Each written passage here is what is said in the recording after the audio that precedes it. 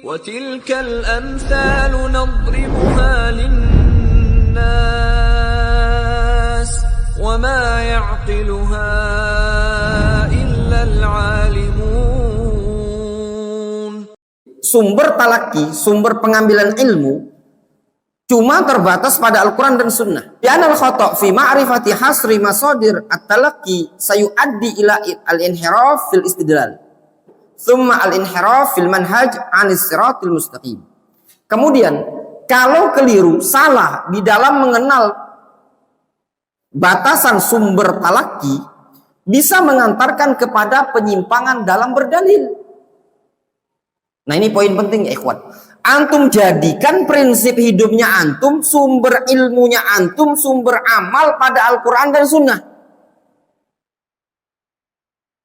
Tapi kalau antum katakan sumber amalnya antum, Al-Quran, Sunnah, juga pendapat-pendapat para ulama, itu awal kali penyimpangan.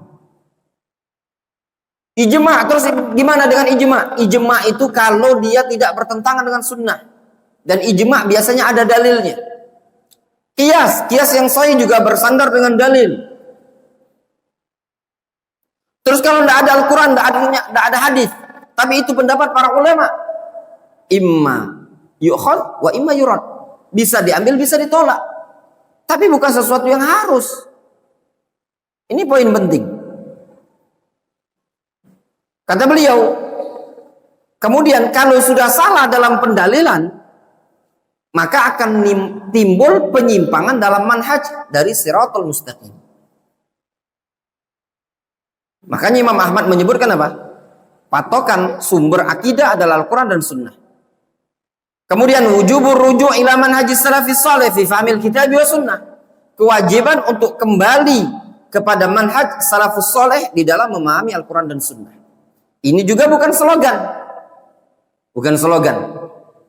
Wa ala ra'sihim as-sahabah, dan di antara salafus saleh yang tersenior adalah sahabat. Wal iqtida' bihim, serta mencontoh mereka.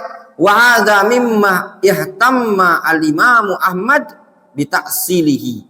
Dan ini termasuk perkara yang Imam Ahmad punya perhatian di dalam membuat kaidah-kaidah taksilnya. Wa annahu aslun la yajuzu al-khuruju anhu. Itu adalah prinsip yang tidak boleh kita keluar darinya. Apa yang tidak boleh keluar? Apa prinsip itu? Yaitu kembali kepada manhajus salaf. Al-Quran dan Sunnah, iya, difahami dengan pemahaman apa? Salaf. Wa hadza fa'ala qadril ibti'ad an manhajis salaf as-salih yakunul inhiraf anis siratil mustaqim.